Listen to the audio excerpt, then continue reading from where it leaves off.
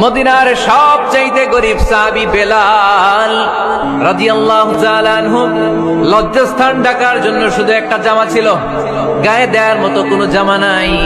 এই সাহাবীর মতো গরিব কোন সাহাবী মদিনার জমিনে নাই। এই বেলাল রাদিয়াল্লাহু তাআলা আনহুকে বিশ্বনবী ডেকে বললেন, ইয়া বেলাল আনফিক ইয়া বেলাল লা তাখশা মিন যিল আরশি ইকলালা। ও বেলাল, আল্লাহর রাস্তায় দান করো, কারণ আমার আল্লাহর ধনভাণ্ডারের কমতি নাই। সাইয়েদনা বেলাল রাদিয়াল্লাহু তাআলা আনহু সবচেয়ে গরিব। শুনতেছেন, বুঝতেছেন? সবচেয়ে গরিব। ডাউন পার্টটা ঢাকার মতো একটা গার্মেন্ট ছিল, একটা কাপড়, এটা পেঁচায় আসতো, নামাজ পড়তো। গায়ে রাখার মতো কোনো জামা নাই, আর খাবার দাবার টাকা পয়সা বলতে নাই।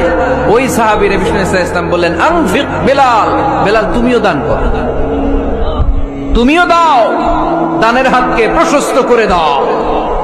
আনফিক ইয়া ইবনা আদম উনফিক আলাইক, হে বনি আদম দাও, দিলে আমি তোমারে দেব। যারা দান করে বেশি তাদেরকে দেয় কে? দিলেই আসবে, না দিলে আসে না। আপনি দেন, দেখবেন আসতে শুরু করছে।